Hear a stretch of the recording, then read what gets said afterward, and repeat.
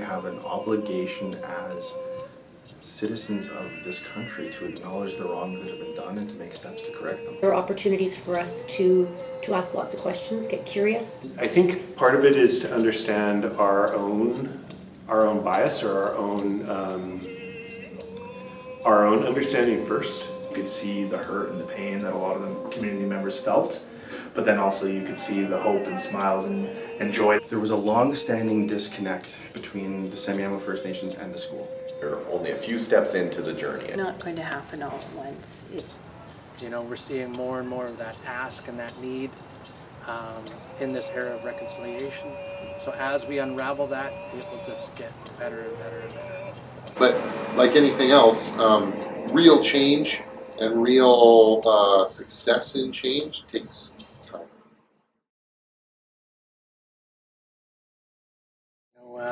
So we're located here on the north side of the 49th parallel. We're one of the few transboundary communities here in the lower mainland. We currently just broke 100 community members, registered community members in Semiahmoo. And we live in one of the most beautiful parts of the world. We as Semiahmoo, we are what's known as in our territory as Tlactamish. We are survivors of the flood. Our origin in this area comes back to where we settled once the flood was receded, and once we settled in this territory, given the abundance and the beauty and the pristinity of the pristine area that we live in. So we settled here after the flood, and we've been here in the area of 10 to 12,000 years.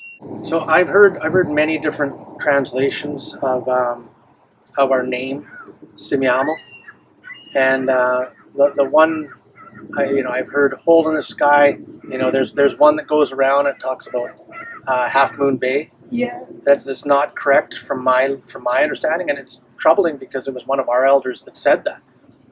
And because semi being half or that crescent shape, you know, one of the translations that I was given was Semiahmoo, which was lower. Chami talks about lowering, and ma is the way a mother feeds her daughter or her child. So it talks about lowering to feed. So when you talk of how far the shore goes out here, how far the tide goes out, we always have a phrase that when the tide goes out, the table is set. And really, when we settled in this territory after the flood, we settled in this area because of the abundance that this bay gave us, through shell fishing, through salmon, through the harvesting we could do in the ancient forests that were in this area. But we, you know, that was the one that kind of stuck with me.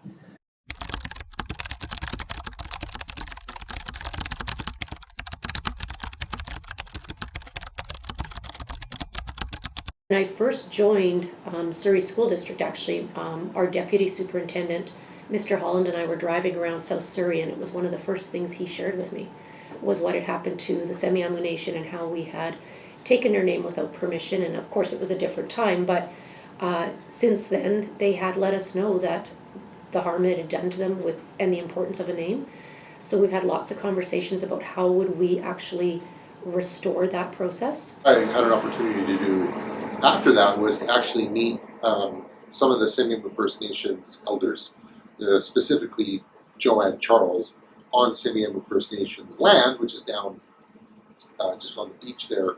And really, that was I wouldn't say that was a turning point for me, but in some ways, I really started to understand some of the injustices that were done to the Semiahmoo First Nations inadvertently through the Semiahmoo and the Surrey School District. I see.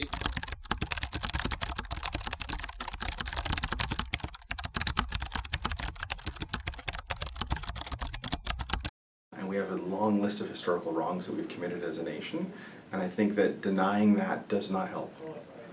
Acting like those things didn't happen does not help.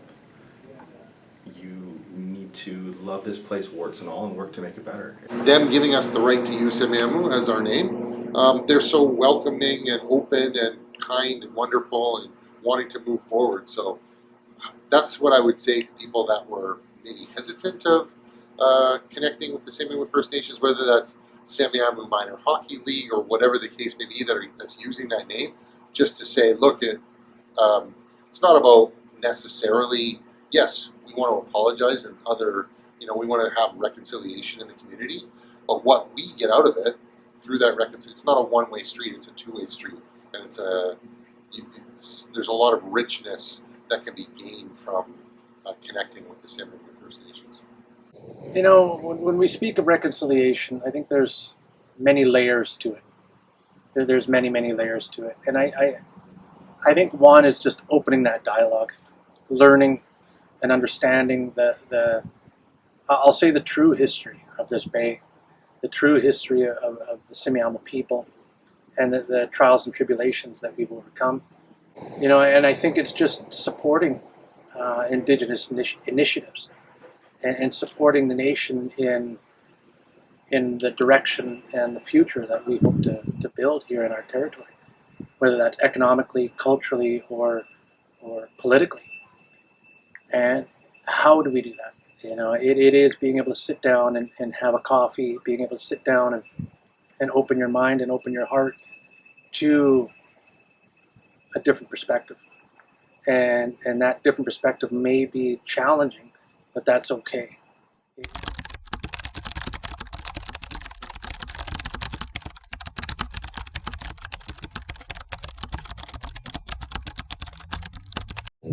Well, I think one of the big issues that I had when I came into leadership was we didn't have a very big voice here in our territory. And myself over the past few years, and our leadership that's been over the years, has really put a lot of effort into gaining that recognition here in our territory, both municipally, provincially, and federally, to acknowledge that this is our home and we're still here and we're not going anywhere. If anything, we're growing and we're expanding, we're blossoming. You know, I think the misrepresentation that's happened is because we were such a small community for so long, in essence, we were kind of forgotten about. And over the years, we've done a lot of work to build our name and build our existence here in Semiahmoo Bay. I know, talking to some Semiahmoo carvers and artists, that one of the issues with the idea of the totem as a mascot is that the Semiahmoo people didn't carve totems. They carved, house posts and welcome posts, but they didn't carve totems. And so it was kind of, an example of misrepresentation plus also appropriation of First Nations imagery that doesn't actually belong even to the Semiahmoo people. And so the idea of a totem and even some of the early images of the totem were Haida inspired, which is the North Coast, and we're in South Coast. And so I think that's part of the issue. Plus it's also the totem itself is something that's important within a community. And so it not only affected the Semiahmoo people, but it was people groups that do carve totems. I think it was inappropriate that way. We lost an opportunity to really build students up and have them be proud of who they were. Whether they were Semiahmoo First Nations or not, be proud to be Indigenous students in this school. So that, to be honest, in my opinion, greatly affected people coming through this building. The school community is interesting because, I had a meeting a couple months ago with the student council president from the grad class of 1964. And he was confused and a little hurt and upset that we were changing the mascot from the totems to the Thunderbirds. And he's like, we brought that in because, and I said, I respect, again, these are people, and some of the signage, kids have made beautiful pieces of art for the school that say Semi. Did they do that because they wanted to be disrespectful? No, they did that because they love this place. They loved their time here, and they have so many positive connections that they want to celebrate those. So having those conversations and having to figure out how to navigate being respectful, and as I said, knowing better and doing better. It's definitely put a dark cloud over, to be frank, over the Semiahmoo High School. Taking things like shortening of the name to Semi, using of the mascot of a totem, has indirectly impacted a lot of the members of the community. Whether we take ownership of that or not, it's still the reality, right? So, with the process of having an apology reconciliation ceremony this past year, we want to move forward with the right intentions and the right relationship, right? Because there has been a massive impact, and being a part of that ceremony, you could see the hurt and the pain that a lot of the community members felt, but then also you could see the hope and smiles and joy that was coming from an event and a participation in a ceremony like that. It really brought them a lot of optimism, I think, in what we could look forward to in the future. We often come with our own biases and our own lived experience that sometimes can create misrepresentation. Sometimes it's by accident. Sometimes it's by not understanding or being culturally sensitive to different ways of being and who we are as human beings. I think that when we talk about misrepresentation, again, it comes back to really taking the time to get to know people, getting to know their backgrounds, getting to know who they are, where they come from, how they learn, what excites them, what values they hold, what's important for people. So I think that's how we get past misrepresentation, but having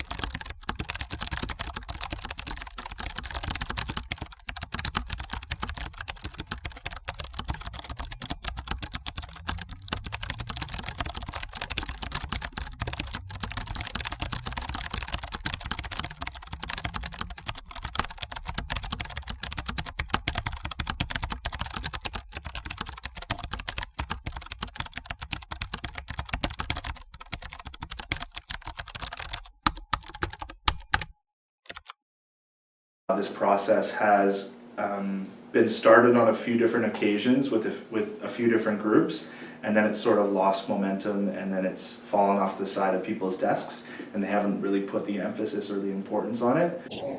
I think it's a learning curve. Really, I think, and I think the other thing too is that because Semiahmoo Secondary is such an old school in the area, that it was a little bit set in its ways, and really being able to open that dialogue of change and of respect and of honor to the nation. That's really where it began. And through some of those conversations, early conversations that I'd had, it was just that. It's beginning to unravel some of the historical discussions. I think we've come a long way, especially since I was in high school, where we talked a lot about Indigenous communities in the past tense, as communities of the past. Of people that have faded away or disappeared. And we now know and understand that that's not true, that those communities are vibrant. But we also have a long way to go to understanding. So it's complex. So I don't think it's like an overnight, like just reconciliation is a step, like the first stepping stone. And I like to think of it as like stones crossing a river, that we're kind of going from stone to stone to stone, and that as long as we're moving across the river, we're doing okay. It's going to take time.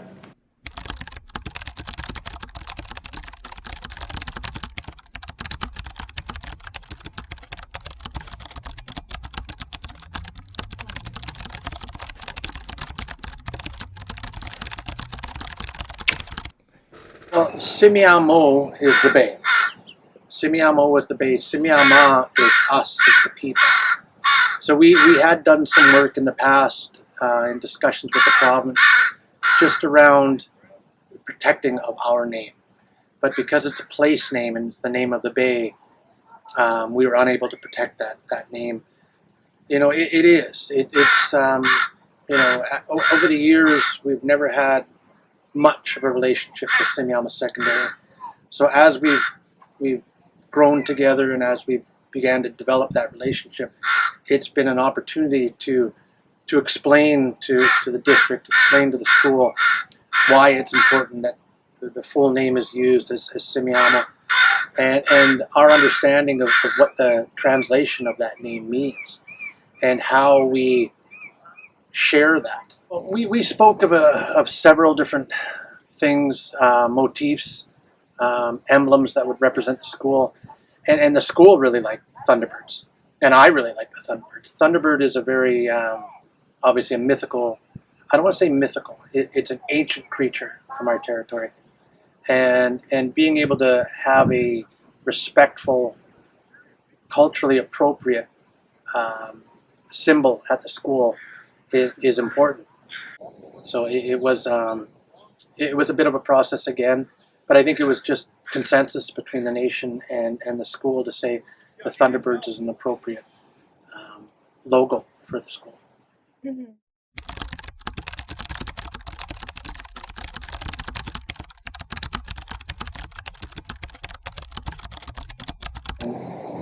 I think a lot of the young people that are coming through the schools, they're going to have a very different perspective of indigenous communities and the struggles and the triumphs that we have, because they're learning a very different history than maybe their parents or their grandparents heard or learned in this area. So it is a good process. In my eyes, it's just the beginning. I think we are less far in than we have to go. Like we're only a few steps into the journey, I think. We've begun it. I think we really are on the path to integrating First Peoples principles into our curriculum. But I think it could be so much more integrated than it is now. So we're sort of, I'm not going to say it just at the beginning, but we're really still in the early stages.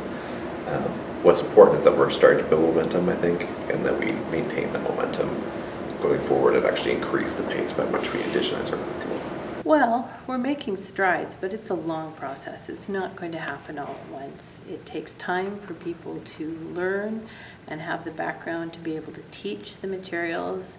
It takes a long time for society to change, and it takes a long time to develop the resources in the library. It's still taking time to find books that are by First Nations authors that speak to First Nation students, because they're just finding their voice and they're just beginning to gain confidence. I always equate it to hopping in a canoe together. We've all hopped in the same canoe, and some people don't know how to paddle. Some people are, sightseeing and looking off at the birds in the sky. But really being able to find that unison and that working together to work in the same direction.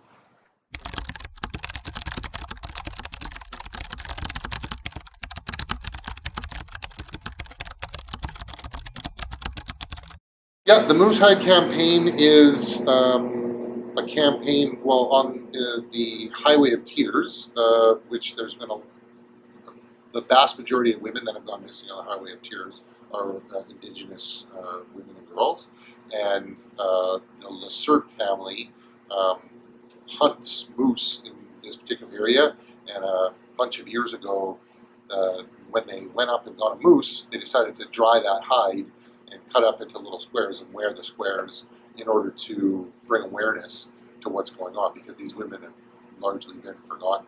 So the Moose Hide campaign, to wear that moose hide patch, really what you want people to say is, and it's happened to me when I've been wearing it, they say, what's on your shirt or what's on your jacket?